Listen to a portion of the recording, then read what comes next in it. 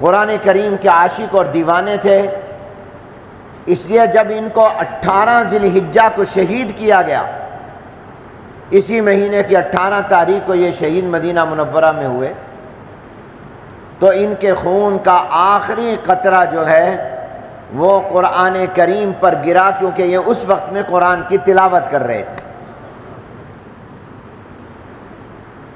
فَسَيَكْفِيكَهُمُ اللَّهُ وَهُوَ السَّمِيعُ الْعَلِيمُ، یہ پہلے پارے کے آخری رکوع کی ایک آیت ہے، یہاں وہ قرآن کی تلاوت کر رہے تھے تو ان کے خون کا قطرہ جو ہے اس آیت پر گرا ہے۔ اور وہ قرآن کریم بھی دنیا میں محفوظ ہے جس قرآن کریم کی تلاوت اپنی شہادت کے وقت عثمان غنی رضی اللہ عنہ کر رہے تھے اور ان کا خون شہادت اس پر گرا، یہ قرآن کا نسخہ آج بھی دنیا میں موجود ہے۔ اس وقت یہ ازبکستان، یہ وسط ایشیا کی ایک ریاست ہے جس کا مشہور شہر ہے تاشقند، اس تاشقند کے عجائب خانے میں یہ قرآن کریم موجود ہے اور میں نے اس قرآن کی زیارت کی ہے۔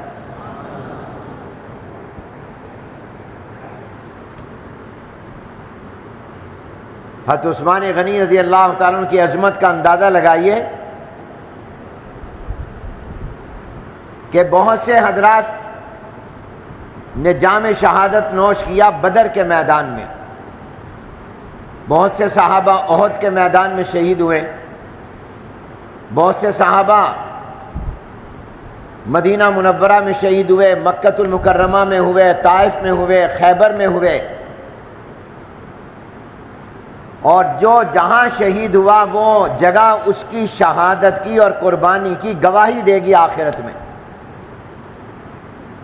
مگر قربان جائیں عثمان غنی رضی اللہ تعالیٰ عنہ پر کہ ان کی شہادت مدینہ منورہ میں بھی ہوئی اور قرآن کی تلاوت کرتے ہوئے ہوئی، اور قرآن کے تلاوت کے دوران ان کے خون کو قرآن نے اپنے اوراق میں محفوظ کیا، تو کل قیامت کے دن ان کی شہادت کی گواہی اللہ کا کلام قرآن کریم دے گا۔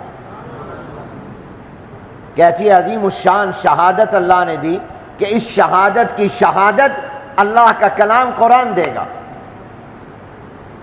کسی کی شہادت کی گواہی احد کی مٹی دے گی،